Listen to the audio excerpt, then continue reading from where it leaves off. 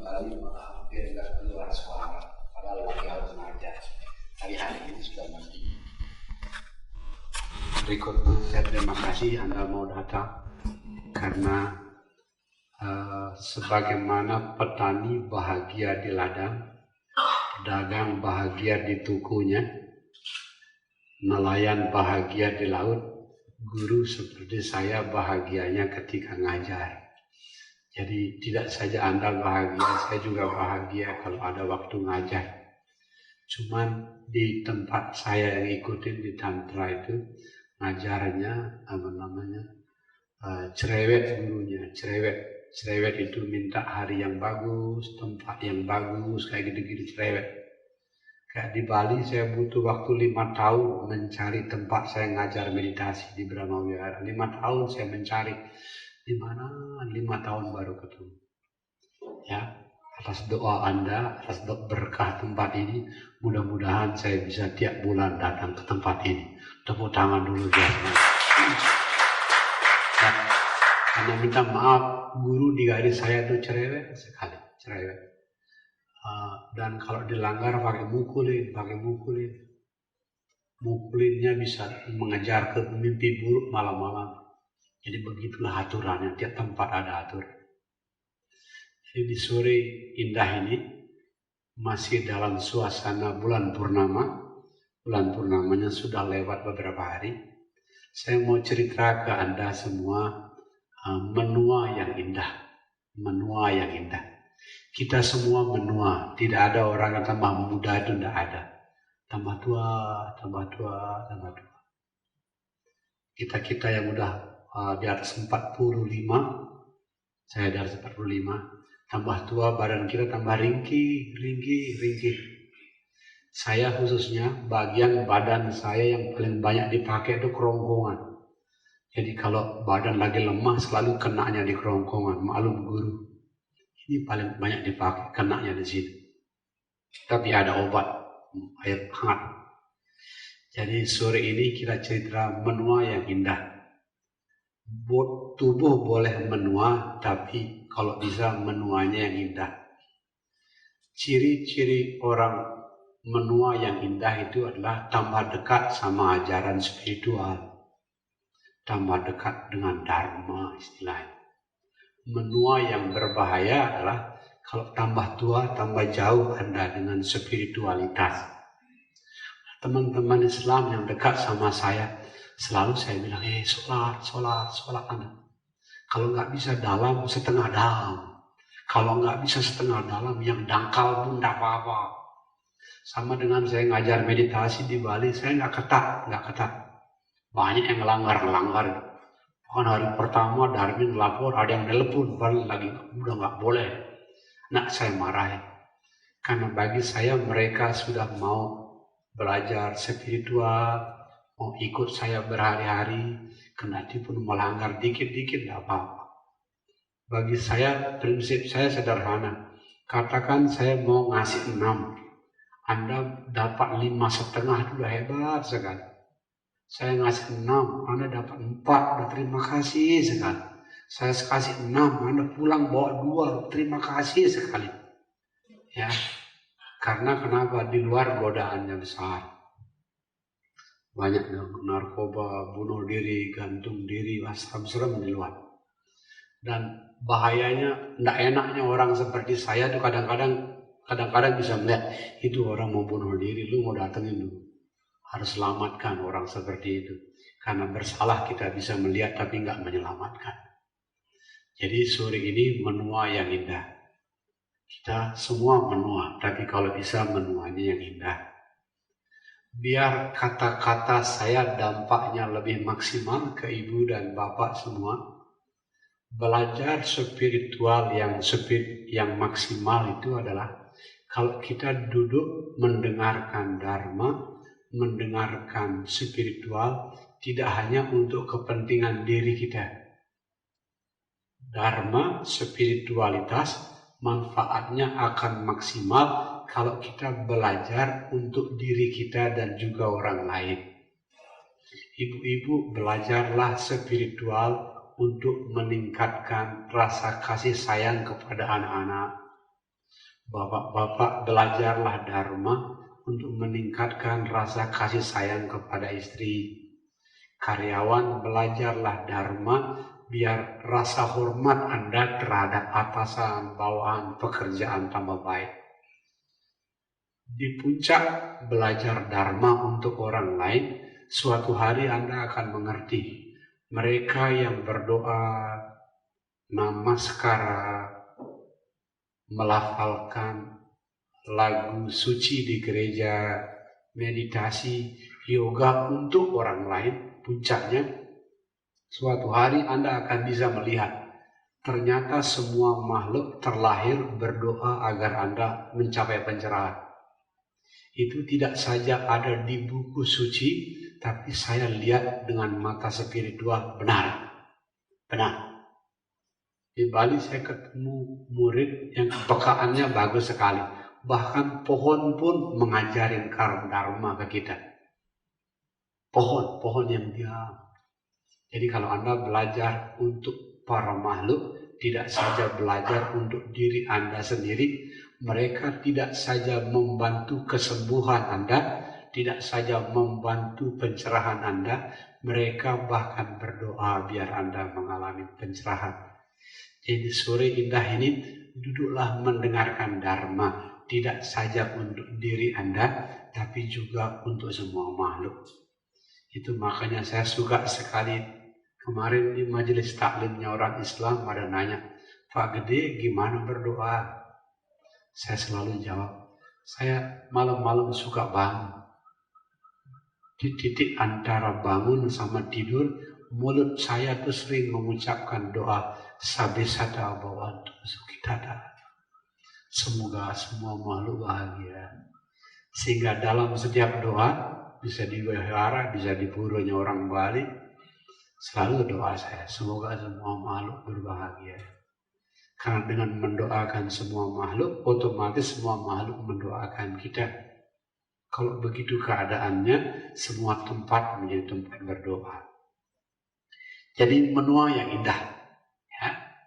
Sebagaimana cerita bulan lalu, ada 3 kelompok manusia yang belajar spiritual.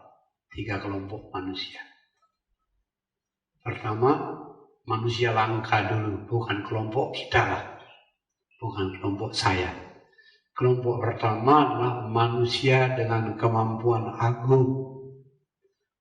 Bodhisattva namanya kalau di Mahayana. Manusia dengan kemampuan agung. Saya sudah jalan ke banyak tempat. Saya syukur sekali. Sudah ketemu 2 bodhisattva. Dan cirinya bodhisattva itu tubuh saya menggigil, menangis. Gigil, nangis. It is like meeting the old mother. Seperti berjumpa ibu yang saya cari selama berkehidupan. 2 saya pernah ketemu. Ini berkah Dharma kalau kita lahir bisa ketemu guru agung. Yang pertama yang mulia dari lama.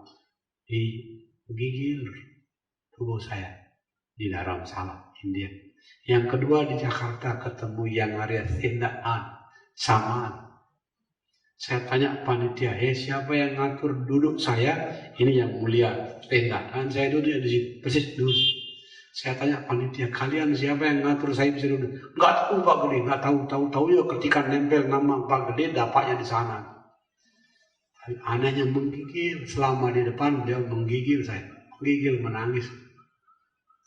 Jadi makhluk agung itu adalah mereka yang terlahir bukan gara-gara kemelekatan. Kalau kita kan lahir gara-gara melekat. Kita melekat sama istri, kita jadi cucunya istri. Melekat sama anak, kita jadi anak dari anak kita. Kita kan lahirnya gara-gara melekat. Tapi kalau makhluk agung terlahir karena niat mulia untuk membantu. Masuk alam kebudayaan sebentar, istirahat sebentar, di sana berdoa terlahir. Ya, saya beruntung pernah ketemu 2 bodhisattva hebat sekali. Doa bodhisattva beda dengan kita. Yang mulia dari lama, kalau berdoa berapa kali dilihat oleh teman-teman bule menangis di depan umum seperti ini. Ditulis sama murid-murid yang mulia. Doa yang beliau membuat menangis selalu begini. As long as there is space, as long as there are beings, let me take rebirth again and again to dispel the darkness of suffering. Selama masih ada ruang, selama masih ada makhluk, izinkan saya datang ke sini lagi dan lagi. Biar ada yang membimbing para makhluk keluar dari kegelapan penderitaan. Tepuk tangan makhluk agung. Bukan kelas kita. Jadi kalau makhluk agung terlahir untuk niat mulia. Yang kedua adalah makhluk dengan kemampuan besar. Teman-teman Hinayana biasanya. Yang kehidupan sebelumnya sudah berlatih, yang lahir sekali lagi, atau setidak-tidaknya yang sudah masuk arus dharma. Jadi di kehidupan ini belajar untuk terbebaskan. Bagus. Bagusnya apa? Karena nggak terlahir lagi, nggak ngerecokin orang, nggak ngeganggu orang, nggak mengotori alam lagi. Jadi kalau makhluk dengan kapasitas besar adalah mereka yang lahir di hidup ini untuk mengalami liberation, pembebasan. Salah satu ciri pembebasannya tidak lahir lagi. Jadi Anda dan saya tidak harus batu kayak saya lagi. Tidak harus berdoa lagi. Kita yang punya istri cerewet, tidak perlu dicerewetin sama istri. Tidak perlu cari bubur ayam pagi-pagi sarapan. Karena nggak terlahir kembali. Itu makhluk besar. Yang ketiga, kelompok kita. Kita termasuk saya. Manusia yang lahir dengan kemampuan kecil. Yang mutar. Yang terbaik yang bisa kita lakukan seperti kita ini adalah, istilah saya adalah preparing for the future better rebirth. Jadi orang kecil seperti kita berlatih spiritual, sholat, ke gereja, ke wihara, ke pura, mempersiapkan diri kita biar terlahir di tempat di mana kita bisa belajar spiritual lagi. Minum dulu ya, minum. Jadi makhluk kecil seperti kita di umur tua ini, bagaimana mempersiapkan hidup kita biar terlahir di tempat dan waktu di mana, pertama, pakai istilah terminologi Buddha, ada dharma, ada ajaran spiritual. Karena akan datang di puncak kegelapan Kali Yuga, akan datang sebuah waktu yang gelap sekali, di mana tidak ada dharma. Itu gila-gilaan. Itu istilahnya orang Islam mirip dengan zaman jahiliyah yang kacau sekali. Kalau bisa jangan lahir di waktu seperti itu. Pertama, masih ada ajaran spiritual, ada dharma. Yang kedua, ada guru yang mengajarkan dharma. Ya. Yang ketiga, Anda jadi manusia. Karena jadi binatang nggak mungkin kita belajar dharma. Jadi manusia yang memungkinkan kita belajar dharma. Karena nggak semua manusia bisa belajar dharma. Belajar spiritual. Contoh, minta maaf. Kalau kita terlahir di negara yang sangat miskin di Afrika, mana bisa kita? Hari kita udah mikirin lapar, kurangan makan. Afrika, negara miskin tuh harapan hidupnya 29 tahun. Lebih dari 60% kena AIDS dan HIV yang nggak ada obatnya. Jadi ada dharma, ada guru, lahir di tempat. Ya, artinya apa yang saya sebut menua yang indah di sore ini cocok untuk kita yang kapasitasnya kecil lah, mempersiapkan kelahiran menjadi manusia yang memungkinkan kita melanjutkan pelajaran spiritual kita. Contoh kayak saya dan Darmin, Sebutlah di hidup ini kita SD. Dan di hidup berikutnya cari guru SMP. Biar berlanjut. Janganlah sekarang SD melakukan kesalahan, lari jadi binatang. Ya turun lagi dulu. Dengan minta maaf kepada keluarga dekat yang perjalanannya saya lihat terlalu banyak di zaman ini. Setelah meninggal orang grafiknya turun. Yang naik jarang sekali. Kalau 10 barangkali yang naik cuma 1. Yang saya lihat ini semua turun. Makanya kalau bisa naik, yang bisa naik, contoh saya tanya, Darmin dan saya di hidup ini belajar SD, besoknya cari guru SMP. Kalau sekarang SMP, besok dia SMA, naik namanya. Ciri orang naik sebagai contoh, ciri orang naik, mudanya nakal, mudanya bandel, tapi ketika tua bandelnya hilang, nakalnya hilang.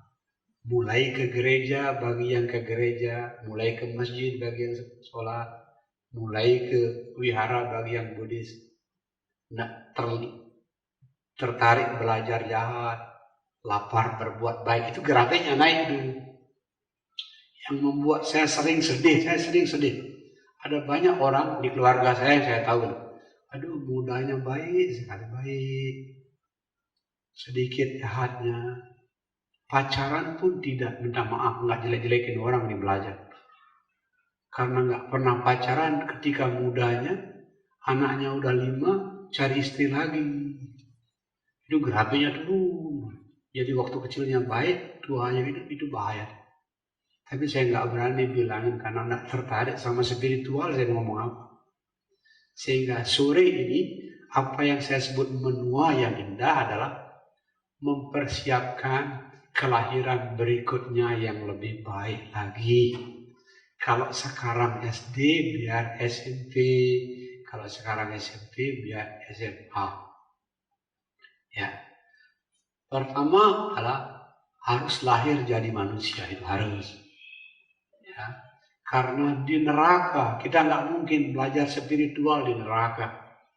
Saya belajar kehidupan di neraka. Di buku suci Tantra ditulis kehidupan neraka. Neraka itu serem. Kalau Anda baca kehidupan neraka, itu nginjak semut pun tidak berani. Ya, semut.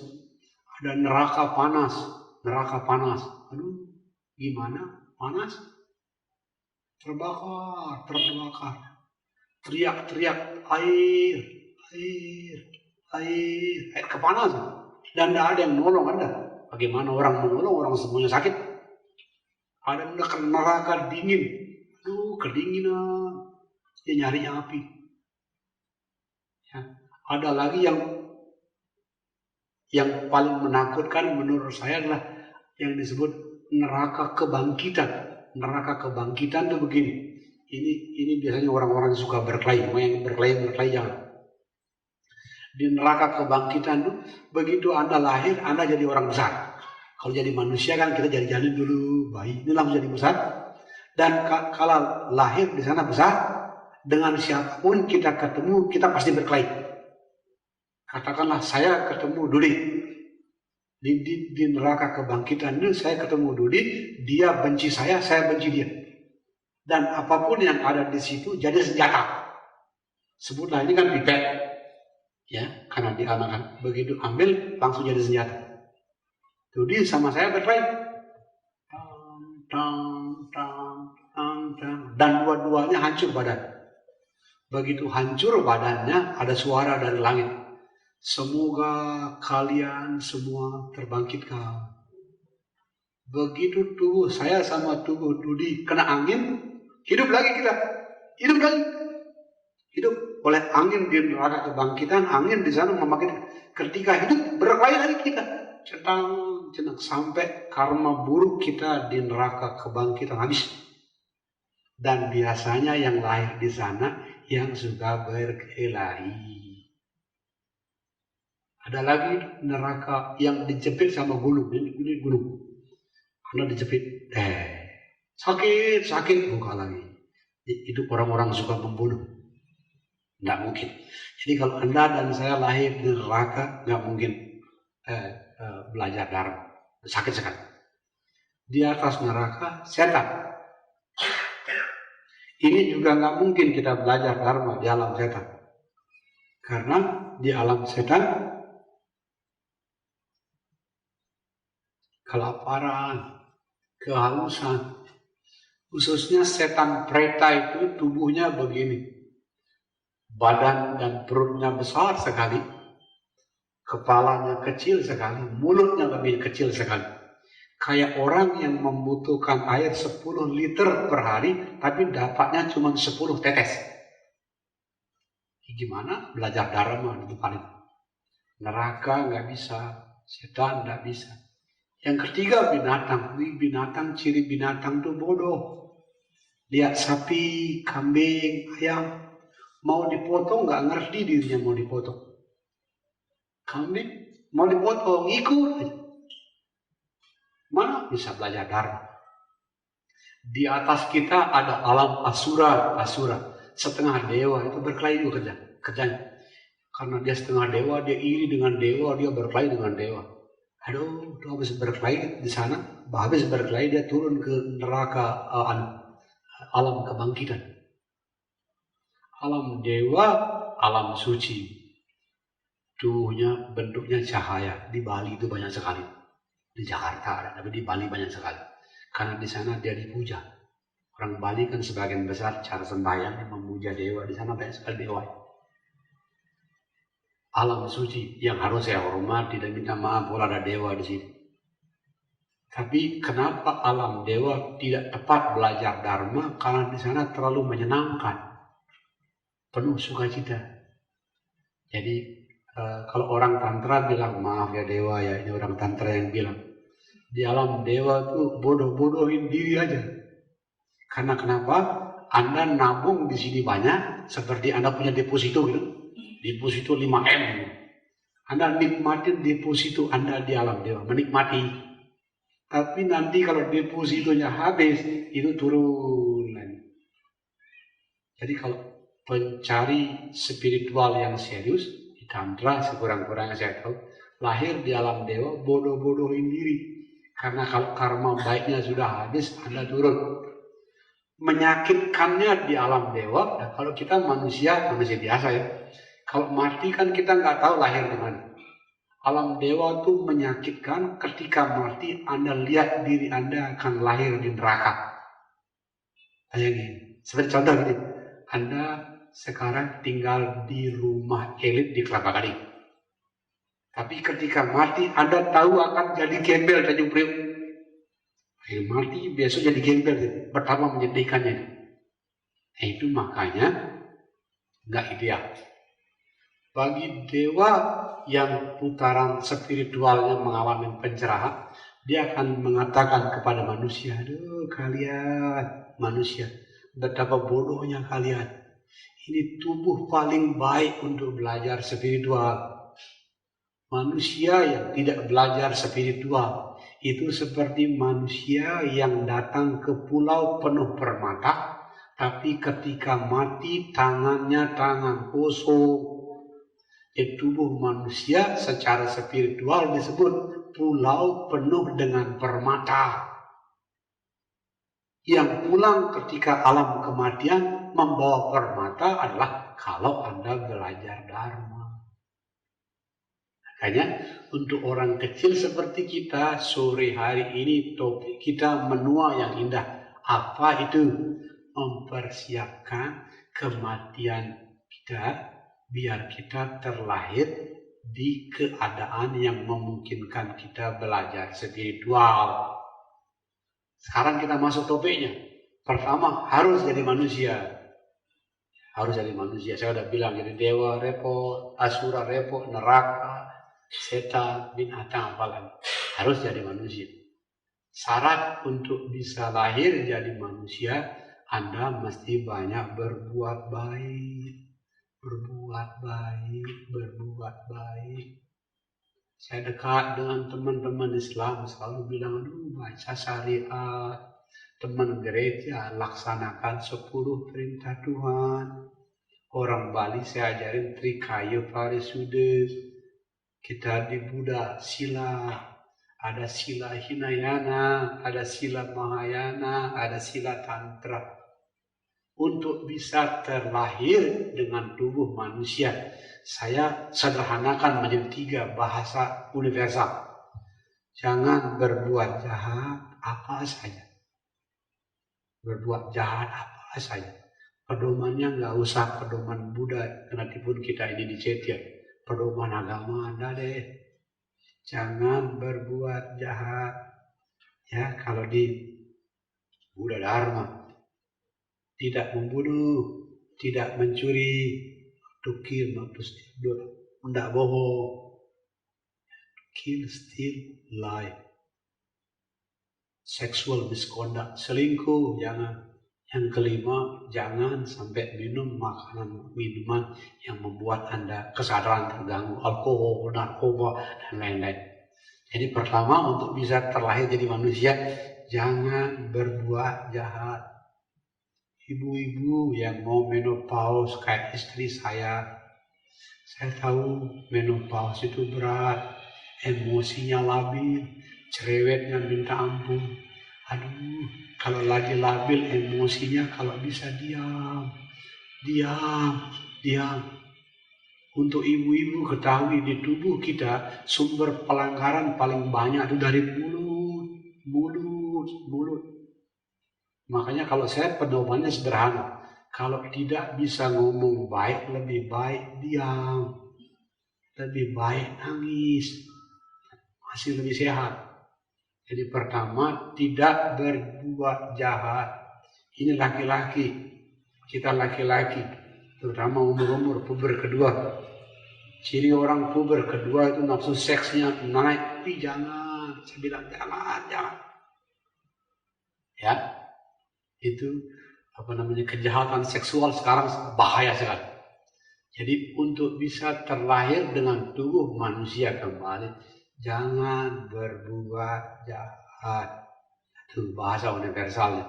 Detailnya selalu saya kembalikan ke agama masing-masing. Jangan berbuat jahat. Yang kedua, banyak berbuat baik. Bisa menolong, bisa berdana, bisa menyumbang, menyelamatkan binatang, burung. Beli burung, lepaskan. Kasih makan burung-burung liar. Kasih makan.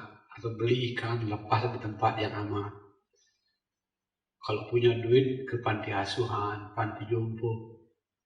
Kalau Anda punya keluarga sakit di rumah, baik itu. Saya ada banyak teman yang pintu spiritualnya terbuka justru karena punya anak sakit. Ada autis. Bagi teman-teman seperti itu, nih Farhan, teman saya kan anaknya autis. Selalu saya bilang, Han, itu secara spiritual bagus itu punya anak autis. Kenapa Pak Gede? Itu gerbang emas untuk menyempurnakan kualitas spiritual Anda. Kan tiap hari sabar. Di Serpong ada teman saya, eksekutif tingkat tinggi, direktur perusahaan. Anaknya dari kecil lumpuh di tempat tidur. Umurnya udah lebih dari 30 tahun. Tiap hari kencing, makan, semuanya di tempat tidur. Selalu saya bilang itu bagus, Anda punya seperti itu bagus. Secara spiritual Anda bagus sekali punya orang yang Anda bisa rawat di rumah. Karena kenapa? Itu membuat Anda sabar, penuh pelayanan, penuh kebaikan. Orang kebanyakan menyebut anak cacat itu malu. Keluarga cacat itu hina. Seperti Anda dihukum Tuhan. Salah saya bilang. Secara spiritual terbalik. Secara spiritual terbalik.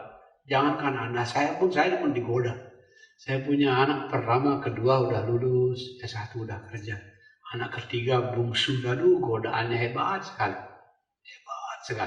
Terus saya digoda sama dia. Tapi tetap saya bilang, saya selalu kalau anak saya lagi nakal, kata-kata guru saya keluar dari sini.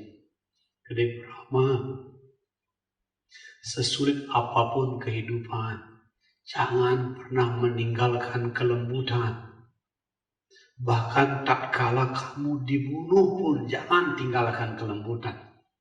Kamu pegang kelembutan. Kalau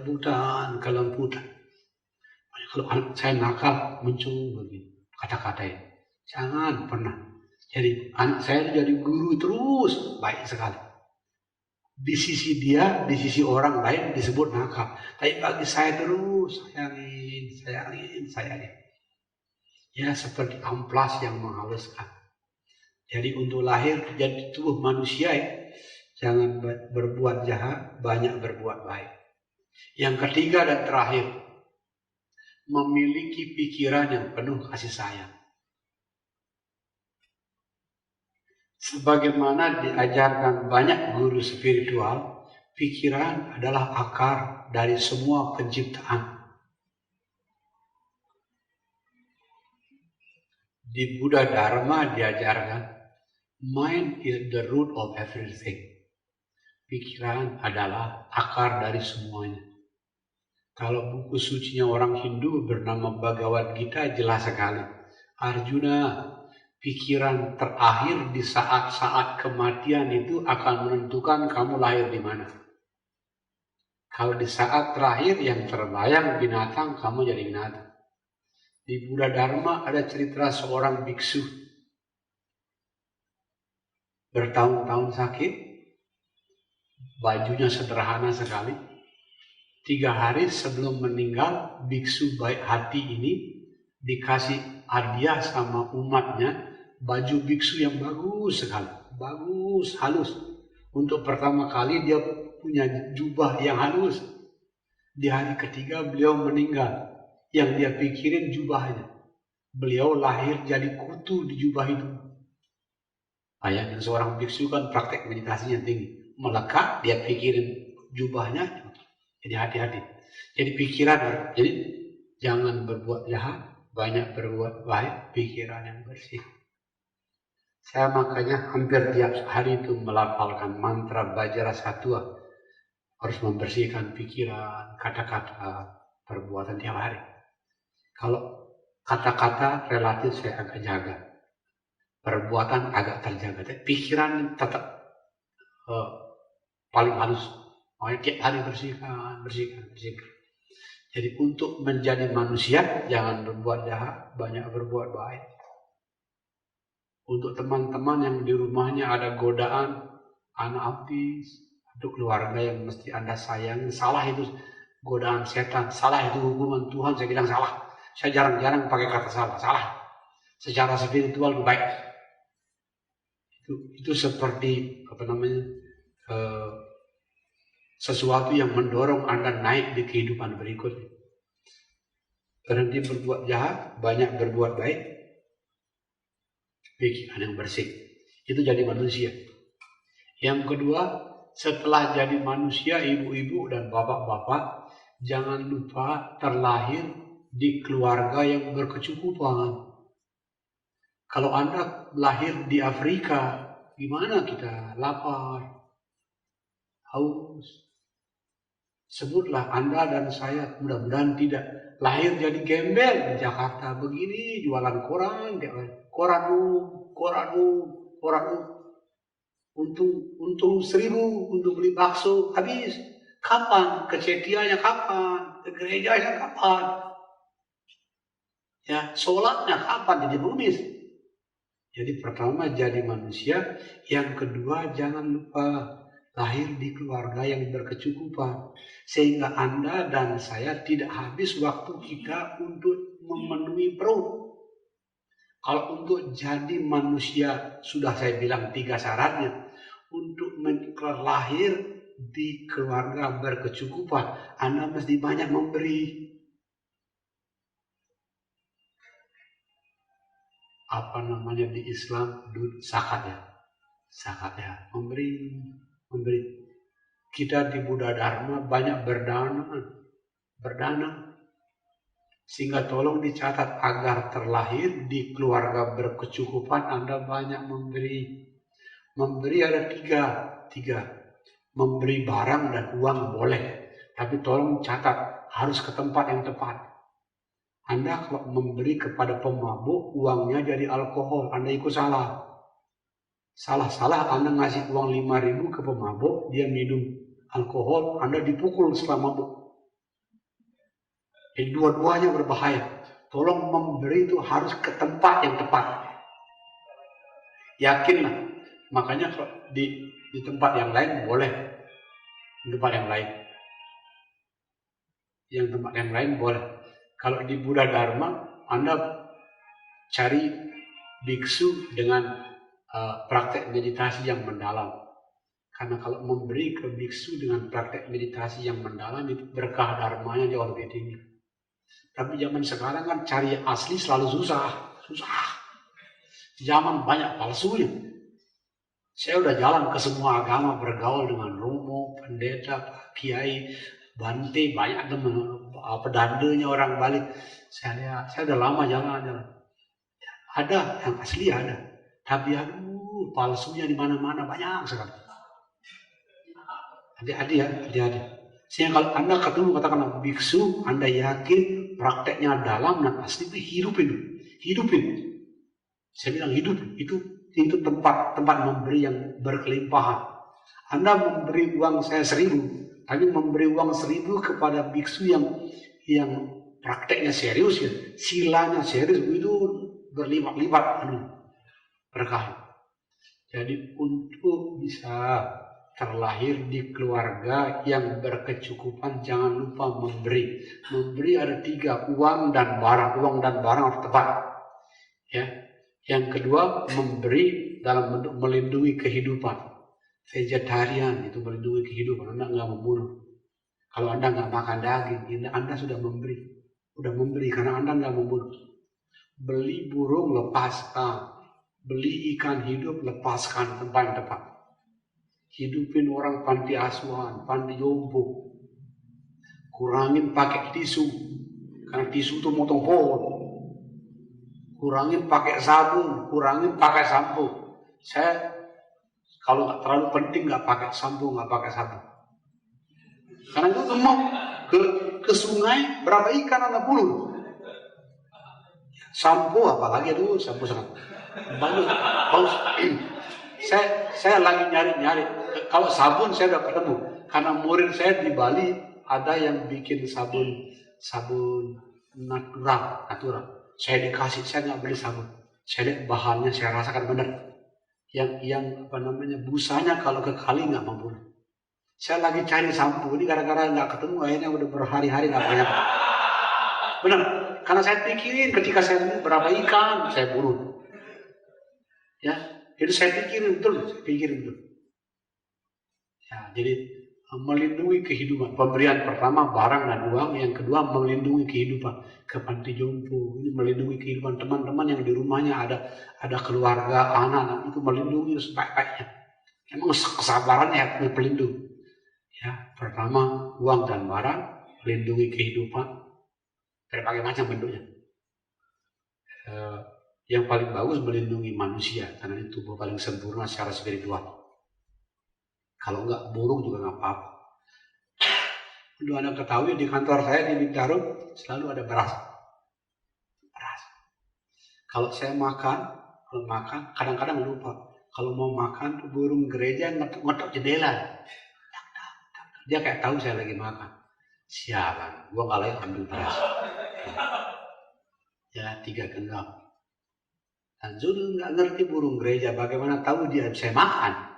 Pokoknya ke rumah anak buah saya. Berasnya jangan lupa dia tahu. Kalau saya pergi, anak buah saya di jendela 3 genggam.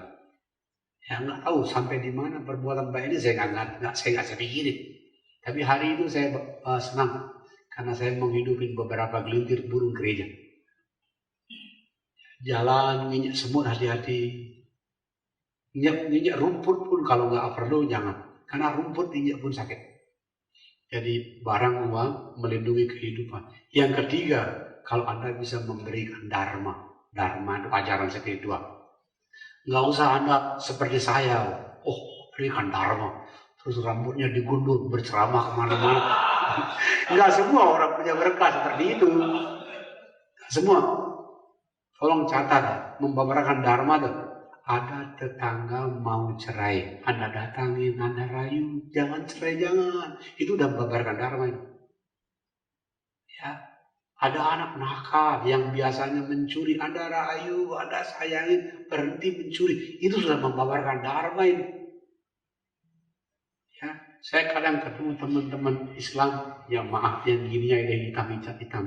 Tandanya sholatnya dalam. Biasa saya jadi halo, Anda sering sholat ya? Ya, apa sholat yang Anda lakukan? Begini. Boleh saya kasih tambahan ilmu? Saya kasih tambahan ilmu.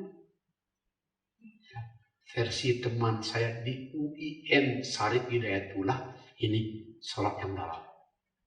Ya, jadi ada kesempatan membabarkan dharma, Kalau terbang, saya kan sering terbang. Bukan kadang, kan tas kita kan harus dibungkus yang kuning gitu. Apa namanya itu? Ya, itulah. Kadang-kadang kalau ketemu pegawai angkasa pura yang mukanya saya kira bisa diajarin gitu. Karena ada muka yang nggak bisa diajarin, saya bisa dipukulin. Ini bisa diajarin. Saya goda gitu, alhamdulillah. Enak kerja di angkasa pura ya. Namanya, wah, gajinya kecil Pak. Orang bawah kan bisa. Lalu ini, tahu nggak? Tanpa rasa syukur, sebanyak apapun gaji kamu kurang. Jadi banyak bersyukur ya. Ya Pak Kiai ini, dia panggil saya Pak Kiai, kurang aja. Jadi dengan tukang bungkus tas pun saya ajarin. Ya, check in di counter check in saya lihat, ini bisa diajarin. Kalau ketemu orang tadi, saya panggil namanya. Kalau pegawai Garuda kan ada namanya. Saya bilang, ya, pelajaran dharma yang sederhana, bersyukur, berkecukupan. Dan maaf sekali. Kalau salah maaf ya. Anaknya berapa? 3 Pak Gede. Aduh, di umur tua yang paling indah adalah menyayangi anak. Saya nggak tahu agama Anda. Praktek agama paling dalam adalah menyayangi orang lain. Begitu saya pergi, sayangin anaknya ya. Itu praktek dharma, itu membabarkan dharma. Anda nggak usah jadi penceramah seperti Gede Brahma. Pemberian ketiga yang paling tinggi, membabarkan dharma. Anda nggak bisa kasih tahu orang lain, perbanyak buku dharma, perbanyak. Termasuk membabarkan dharma. Nah ingat, ini untuk terlahir menjadi manusia dan di keluarga berkecukupan. Yang ketiga, jadi manusia, keluarga berkecukupan. Yang ketiga, keluarga itu punya standar moralitas yang baik. Anda lahir di keluarga berkecukupan, tapi semuanya kena narkoba, Anda ikut. Anda ketemu papa yang selingkuh dia lari, Anda ikut. Anda lahir dari mama, jangan, Anda ikut cerewet kayak mama. Jadi lahir jadi manusia, keluarga berkecukupan. Yang ketiga, keluarga yang berkecukupan, tapi menghargai spiritualitas. Penting itu. Karena kenapa? Kaya, kita udah tubuh manusia sudah di keluarga kaya. Kalau di sana isinya cuma duit. Apalagi pejabat korupsi. Teman-teman pejabat dia bilang, Anda korupsi itu seperti masukin racun ke mulut Anda tiap hari. Makannya racun semua anak-anak. Racun. Saya sudah ketemu teman-teman, tidak boleh jelekin orang. Rata-rata yang dapat uang dengan cara aneh-aneh, anak juga aneh-aneh. Karena dia paling racun. Nah, jangan sampai lahir di keluarga seperti itu. Ya. Nah, untuk bisa terlahir di keluarga yang menghargai moralitas, agama bagi saya nggak penting. Yang penting menghargai moralitas. Dari sekarang, kembangkan moralitas yang baik. Ya, moralitas yang baik. Jangan menyakiti, banyak menyayangi. Ya, kalau tidak sangat perlu, jangan marah. Ya, jadi manusia, keluarga berkecukupan yang menghargai dharma spiritual. Ya, andaikan Anda dan saya lahir di keluarga koruptor. Mana kita? Saya koruptor, Orde Baru. Anaknya, saya nggak pernah ketemu, saya nggak pernah. Salah-salah jelekin saya di belakang punggung. Karena nggak tertarik dia. Manusia, keluarga berkecukupan, tertarik dengan moralitas.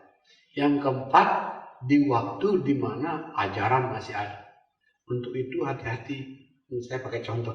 Saya kemana-mana bawa tas karena di dalamnya ada buku. Jarang saya taruh di bawah. Selalu gendong. Boleh niru saya kalau cocok. Saya kalau tidur sebelah kanan saya ini buku suci. Selalu. Ya. Karena istri saya tidurnya sama anak saya.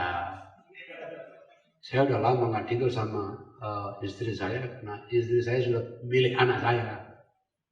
Bertahun-tahun, tapi ada berkahnya. Jadi bisa taruh buku suci selalu tiap malam, termasuk di hotel pun nih, buku spiritual hari itu saya baca banyak. Karena saya ingin suatu hari harus terlahir di tempat ajaran masih ada. Ajaran masih ada.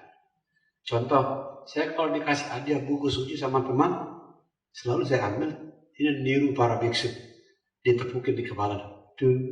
3 kualitas hormat, dan jangan pernah menaruh buku suci di lantai, apalagi nginjak.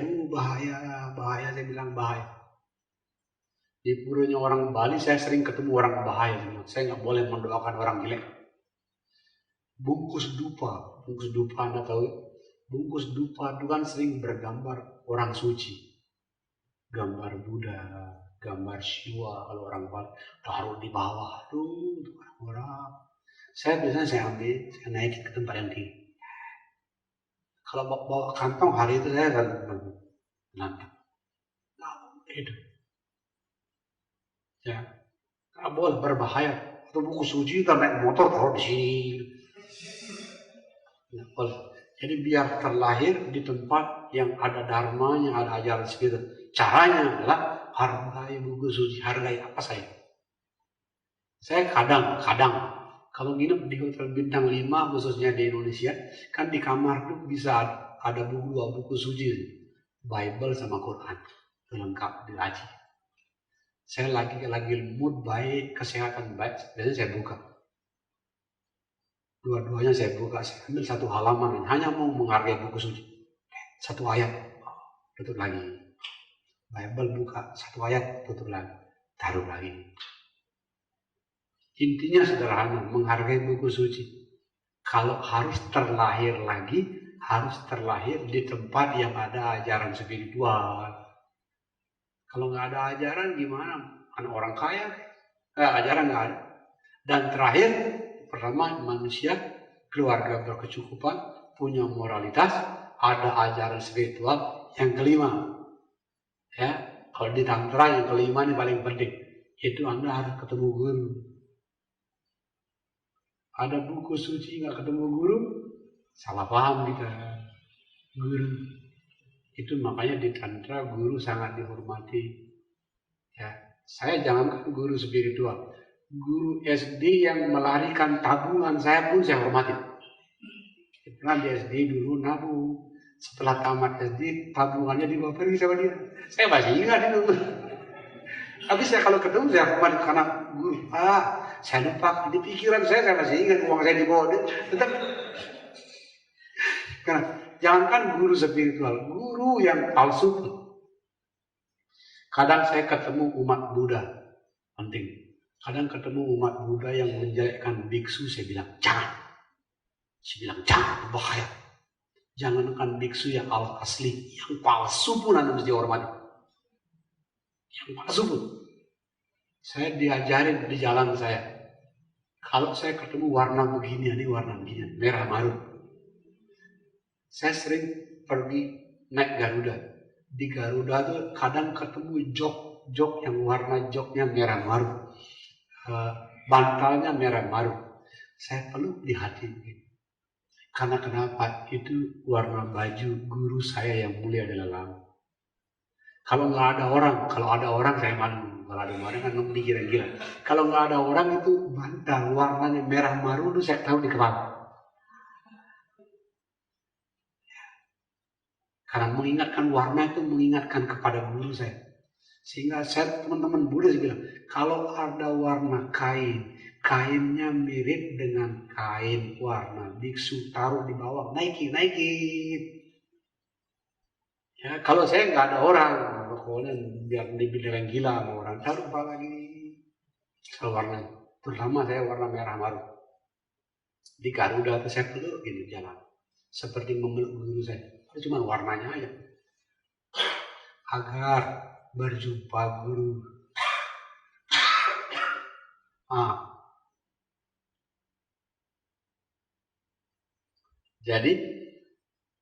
Jadi manusia jangan lupa.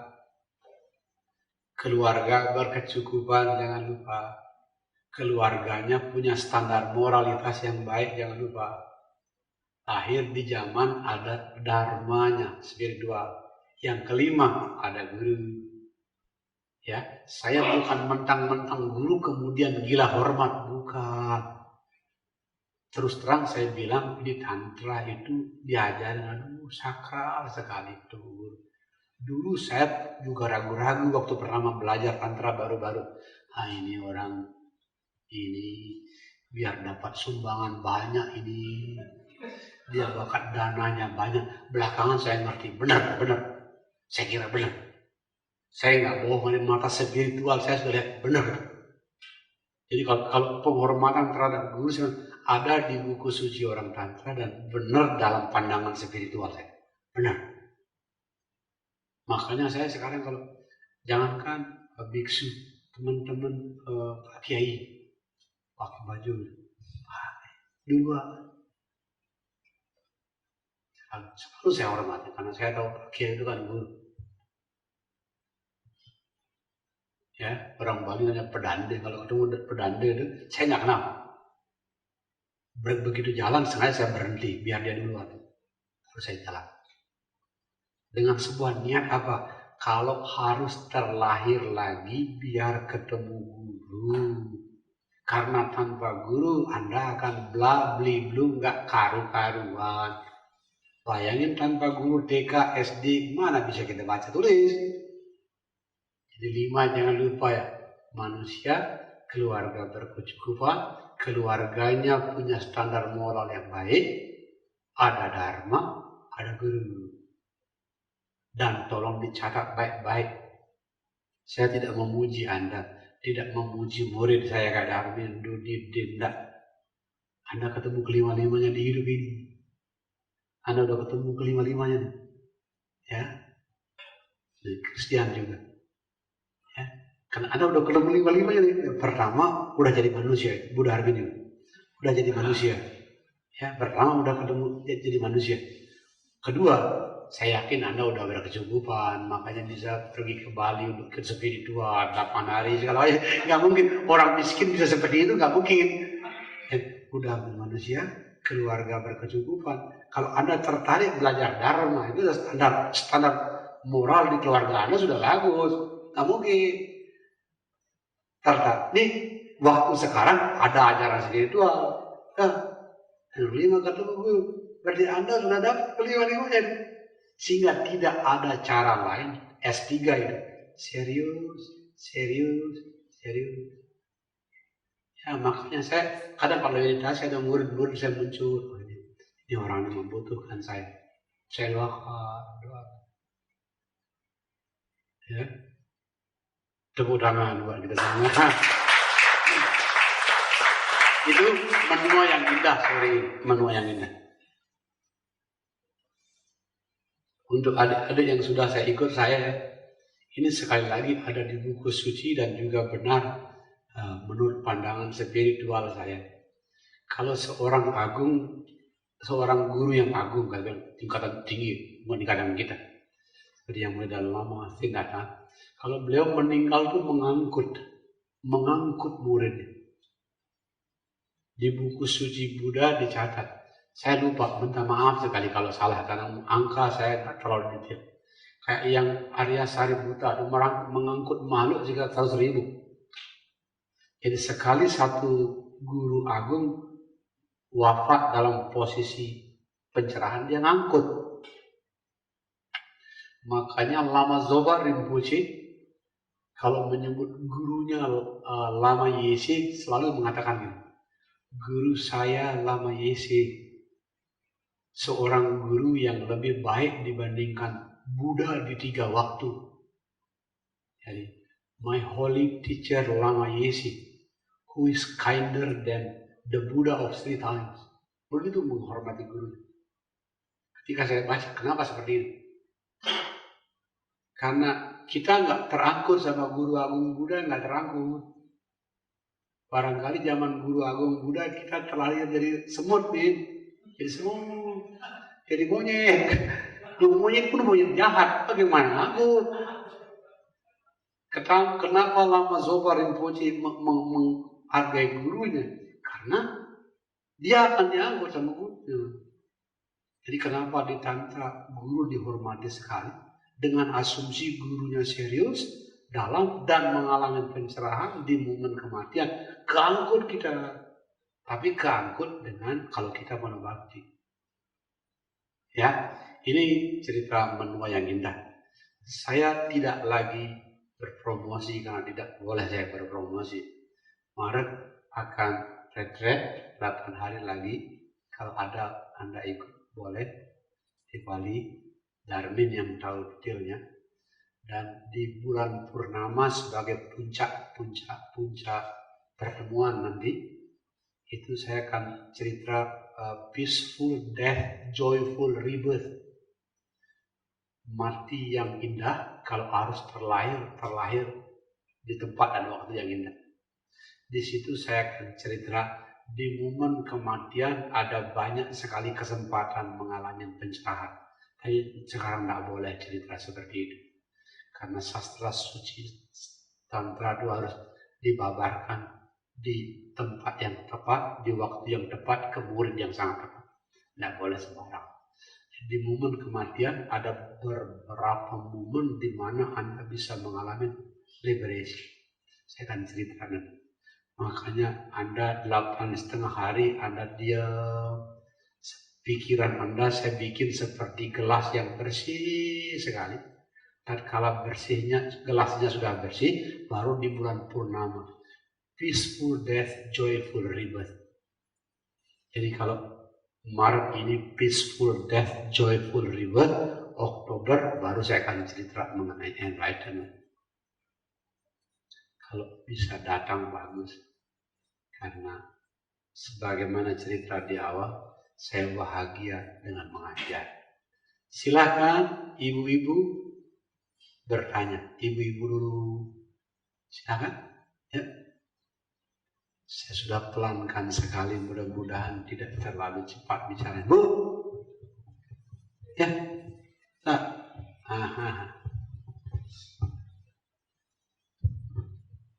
Silakan.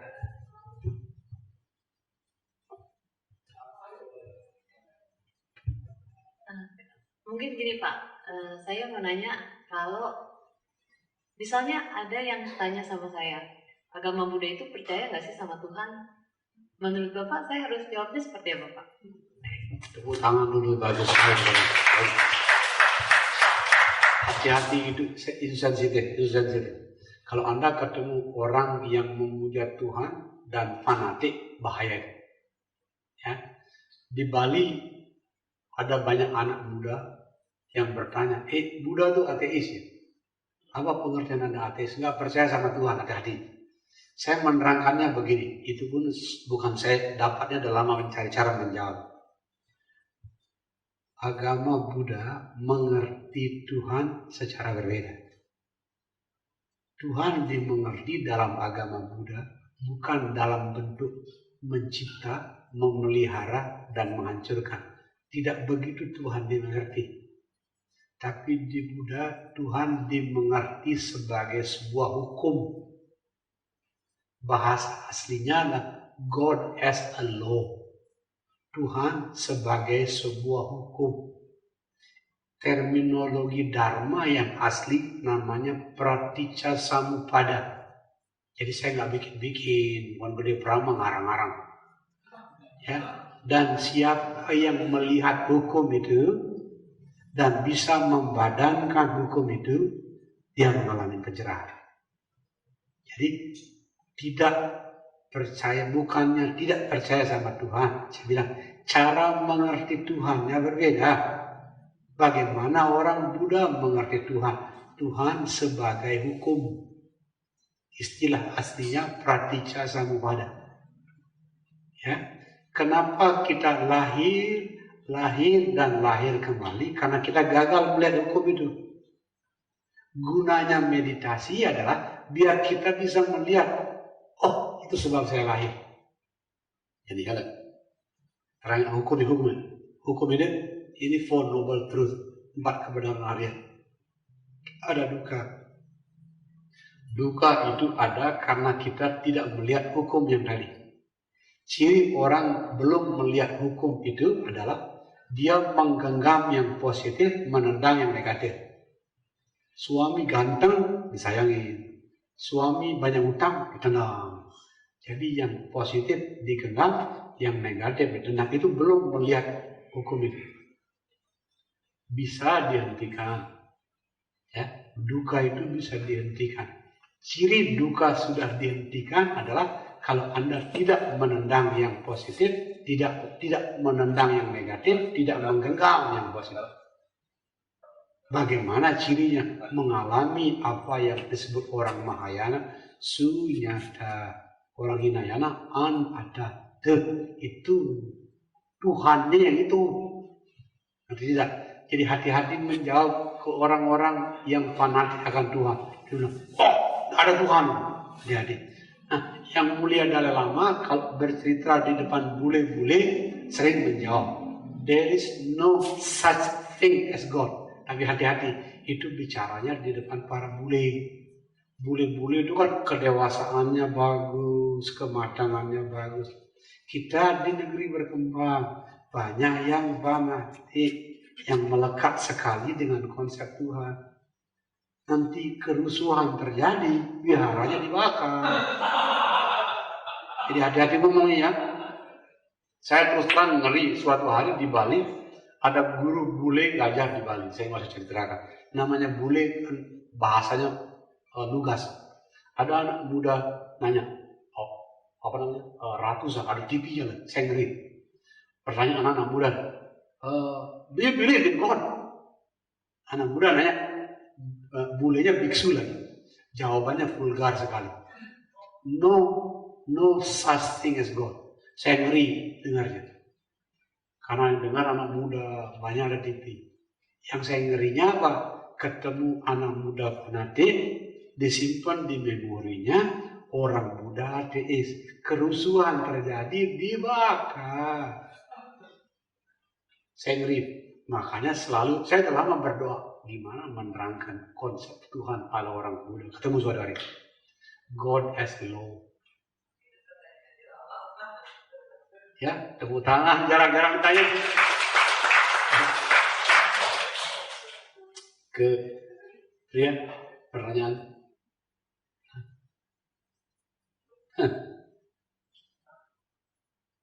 Jangan takut, tidak dipukulin. Silakan, Christian.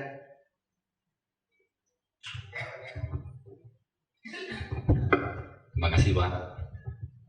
Seperti yang tadi Pak Giri sampaikan, bahwa kita juga bisa belajar, maksudnya bukan sebagai guru, tapi mendapatkan dharma Pak ya. Dan saya sudah pernah praktekkan Pak.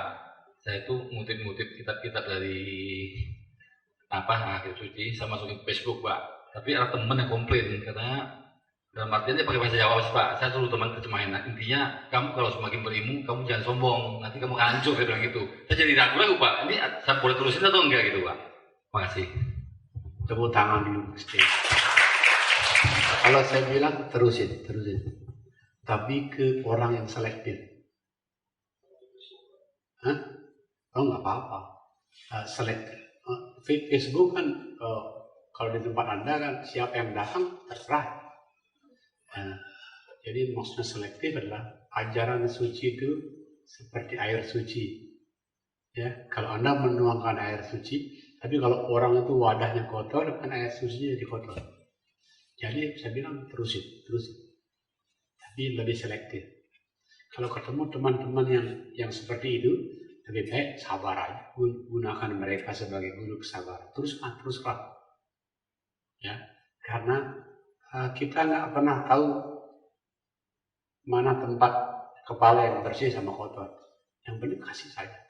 Tapi kalau ketahuan orang itu menghina, marah, ya besok-besok enggak usah dikasih tahu. Dan enggak perlu marah. Terusin. Itu bagian dari membabarkan dharma. Pemberian yang tertinggi. Yang memfotokopi buku, menyebarkan ke Facebook. Ya. Baik. Silakan diutamakan pertanyaan yang lisan. Ya. Ada ibu-ibu? Nah, belakang. Diutamakan yang lisan.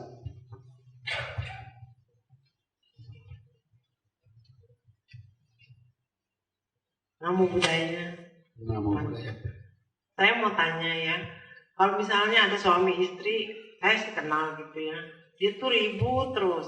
Saya lihat memang dia punya suami nggak bener gitu.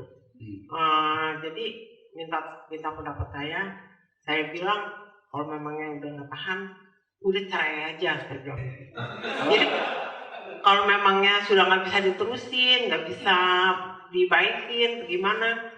Saya bilang sudah, memang kalau memang mau bercerai itu saya karena mau buruk kayak pemerintah. Terima kasih tepuk tangan buat saya. Gini, pilihan cerai itu adalah pilihan yang sangat terakhir. Kalau memang nggak ada pilihan yang lain. Tapi kalau masih ada pilihan yang lain, tidak disarankan. Kenapa Ibu? Penelitian yang saya baca, pergaulan juga serupa. Teman-teman yang cerai biasanya kalau memulai pernikahan baru, kemungkinan gagalnya di kedua, ketiga lebih tinggi. Jadi tidak lebih rendah, kemungkinannya lebih tinggi. Sehingga bagi teman-teman yang berspekulasi dengan cerai-cerai, bagusnya tidak. Saya ketemu teman-teman yang itulah di ujung jurang perceraian, selalu saya bilang larang, jangan. Kita ngalamin namanya middle age crisis, krisis setengah bayar. Di setengah bayar itu biasanya teman-teman krisis setengah bayar cerai di titik itu. Saya bilang, tahan beberapa tahun, kalau Anda lewat ini akan bagus. Tidak bagus bagi yang bersangkutan, tidak bagus bagi anak-anak, tidak bagus bagi lingkungan, tidak bagus. Bagi ibu-ibu yang punya suami brengsek, saya juga ada brengsek ya. Ganti judul orang brengsek sebagai guru kesabaran. Di Buddha Dharma diajari bodhisattva bisa lahir mengenakan baju suci atau baju biasa. Bodhisattva bisa lahir mengenakan tubuh orang baik maupun orang jahat. Dengan kata lain Ibu, orang jahat pun di luarnya, jangan-jangan di dalamnya bodhisattva. Makanya saya bilang ke banyak ibu-ibu yang suaminya brengsek, jangan cerai, jangan-jangan suami ibu bodhisattva. Kenapa? Karena suami brengsek itu kan tiap hari kita harus sabar,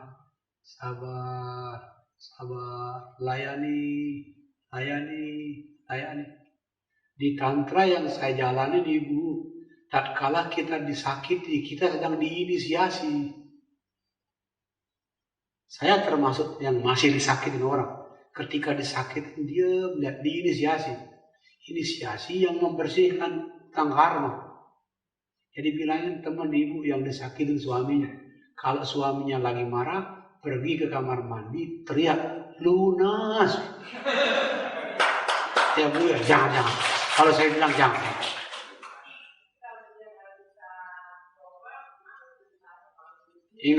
Ingat, binatang saja bisa berubah, apalagi manusia. Manusia itu makhluk yang secara spiritual bagus sekali. Ya, kalau nggak bisa dirubah seminggu, 2 minggu, kalau bisa sebulan, 2 bulan, nggak bisa setahun, 2 tahun.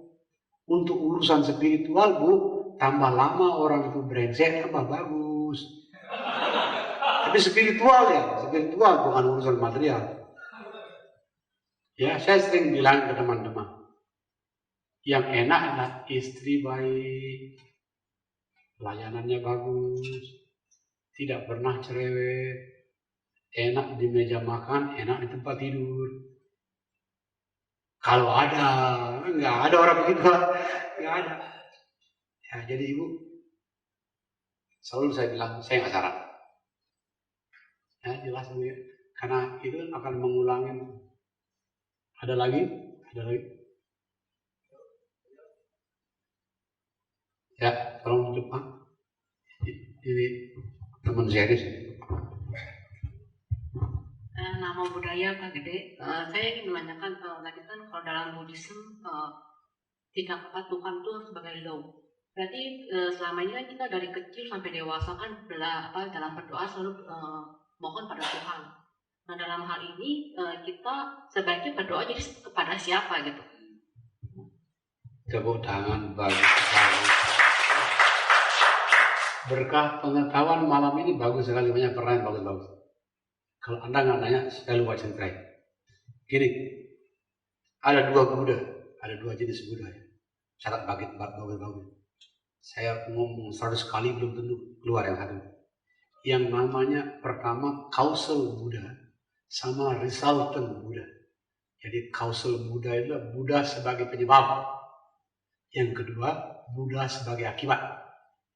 Nah, guru agung Buddha yang mulia dan lama, yang Arya Tinggakan, itu namanya Buddha sebagai penyebab. Beliau yang menyebabkan kita jadi Buddha. Karena dengerin beliau, mengikuti beliau, itu adalah causal Buddha. Buddha sebagai sebab, guru. Kalau di agama lain disebut Nabi. Ya, itu causal Buddha. Ya, Buddha sebagai sebab. Yang kedua adalah resultant Buddha. Resultant Buddha itu batin kita sendiri. Buddha yang ada di dalam. Ya, sehingga kalau Anda berdoa, Anda minta kepada dua Buddha itu. Kenapa kita namaskara? Karena kita bernamaskara kepada Buddha sebagai sebab. Tapi itu saja tidak cukup. Kita harus dalam tanda kutip namaskara juga kepada Buddha sebagai akibat, yaitu batin kita sendiri.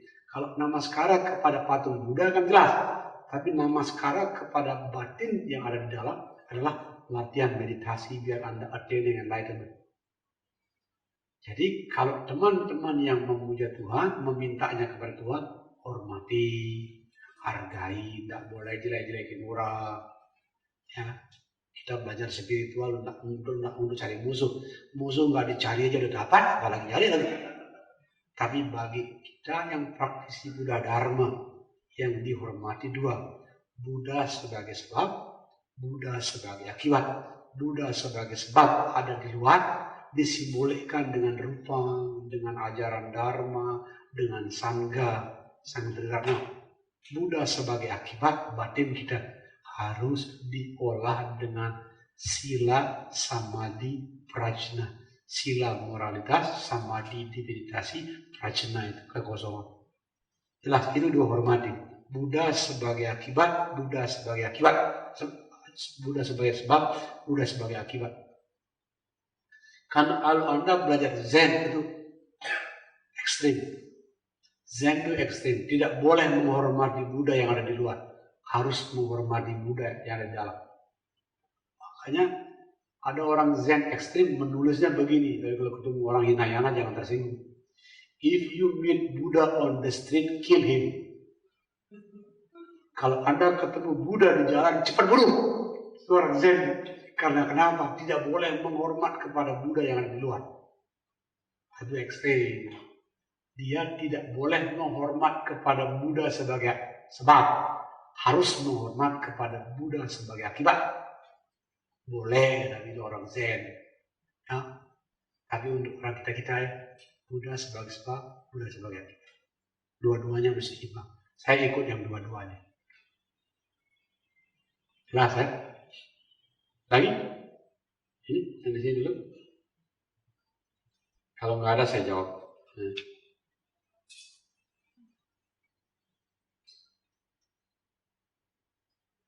Ini bagaimana cara menua yang indah. Saya jawab, saya ulangi lagi ya. Ini bagaimana mensikapi kondisi saat ini dikaitkan dengan menua yang indah. Kondisi saat ini memang berat. Tapi akan datang zaman yang lebih berat lagi. Kalau saya diajarin adalah tantrai. Gunakan apapun yang terjadi sebagai jalan pencerahan. Istilah aslinya, transform everything that happen into the path. Olah apa saja yang terjadi menjadi sang jalan. Contoh, dimarahin istri, latihan kesabaran. Disakitin suami, menghaluskan batin. Piutang Anda nggak dibayar, berarti bersenyum. Itu olah spiritual. Jadi kebahagiaan enak, tapi kebahagiaan tidak menghasilkan apa-apa, malah membuat kita melekat. Penderitaan memang tidak enak, tapi penderitaan itu seperti mesin turbo yang mendorong Anda ke alam pencerahan. Piutang nggak terbayar termasuk penderitaan, tapi jangan gunakan itu sebagai sarana membenci orang. Jangan digunakan untuk berkelahi sama istri. Gunakan itu sebagai mesin turbo yang mendorong ke Anda ke atas. Jadi begitu caranya menyiasati kondisi sekarang biar Anda menuanya indah.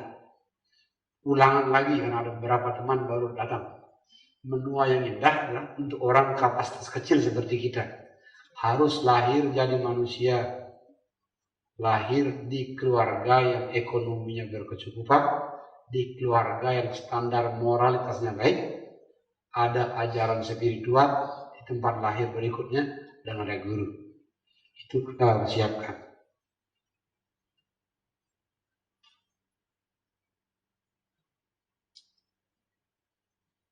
Bagaimana menyelaraskan teori dan praktek? Gini. Dalam hal menyelaraskan teori dan praktek, saya berhutang banyak kepada yang Arya Tindakan. Bagus sekali. Bukunya yang paling bagus itu Present Moment, Wonderful Moment. Tindakan adalah orang yang bagaimana menyelaraskan teori dan prakteknya bagus sekali. Ini yang saya kira. Apapun yang terjadi dalam keseharian dipakai meditasi. Kalau saya ngajar meditasi, teman-teman yang saya ikut, saya baru bangun meditasi, buka pintu meditasi, jalan kaki meditasi, makan meditasi, minum meditasi, duduk meditasi, semuanya meditasi. Ini jalan tercepat yang saya tahu. Contoh, baru bangun. Jangan lupa berterima kasih baru bangun karena masih hidup. Karena sebagian orang baru bangun dan gak hidup ya. Terima kasih. Dan berjanji ke guru, karena saya praktisi guru yoga. Saya akan mengisi hari ini dengan meditasi. Ya, ada doanya, ada campingnya kalau saya baru bangun, tapi saya nggak perlu. Terus sikat gigi pagi-pagi. Saya ngomong sama sikat gigi, pasta gigi. Tolong bersihin tidak saja kekotoran fisik ya. Kekotoran batin juga dibersihkan. Mulut ini menyukai yang manis-manis. Sehingga habis sikat gigi, tolong yang keluar dari mulut ini yang manis-manis saja. Itu meditasi sikat gigi. Makan. Saya makannya lama karena meditasi. Sendok yang pertama metta dulu, cinta kasih. Sendok yang kedua karuna, compassion, kasih sayang. Sendok yang ketiga mudita, bahagia melihat orang lain bahagia.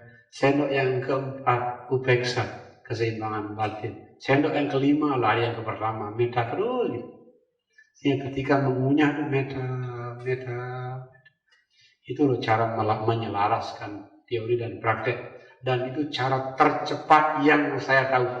Saya berutang sama yang ada Tindakan karena dari beliau saya ketemu teknik ini. Bahkan kadang-kadang saya di rumah ada kolam kecil. Aneh, kok malam-malam ada bunga teratai yang mekar. Bunga teratai itu kan biasanya siang. Saya begini, terima kasih ya, terima kasih. Karena mekar di malam hari. Bagi saya bunga teratai yang mekar siang maupun malam sama saja. Seperti saya berjumpa Buddha, saya menghormat. Ya, saya berjumpa kausel Buddha dalam bentuk bunga teratai. Pohon awalnya semuanya jadi guru. Itu caranya mengkaitkan teori dan praktek biar selaras. Oke, terakhir lagi di sini menua yang indah.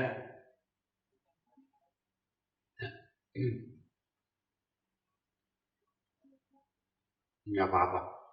Baik, kalau nggak ada saya simpulkan. Jadi hari ini berkah dharmanya bagus, pertanyaannya bagus-bagus. Hari ini kita cerita menua yang indah. Biar nggak cepat lupa, saya refresh lagi sekaligus ada beberapa teman baru datang. Ada 3 makhluk spiritual, makhluk agung yang terlahir bukan gara-gara kemelekatan, tapi memang niat mulia mau menolong. Bukan kelas kita. Yang kedua, makhluk kemampuan besar, Anghinayana. Lahir, kontinuitas praktek dharma sebelumnya, sekarang terbebaskan. Yang ketiga, yang kecil, kelas kita, maksud saya. Kita sekarang mempersiapkan kelahiran kita yang lebih baik. Kalau harus terlahir, jangan lupa 5 kondisi. Harus lahir jadi manusia, karena binatang, neraka, setan, tidak bisa kita belajar manusia. Tabungan karma baiknya harus berlimpah. Yang kedua, lahir di keluarga yang berkecukupan. Anda harus banyak memberi. Yang ketiga, lahir di keluarga berkecukupan, tetapi standar moralnya bagus. Biar kita tidak dikotori dengan keluarga yang aneh-aneh. Yang keempat, bertemu ajaran spiritual, hormati buku suci. Yang kelima, berjumpa guru, hormati guru. Saya suka nyanyi, hormati gurumu, sayangi teman. Terima kasih dan tepuk tangan buat kita semua. Saya minum dulu ya.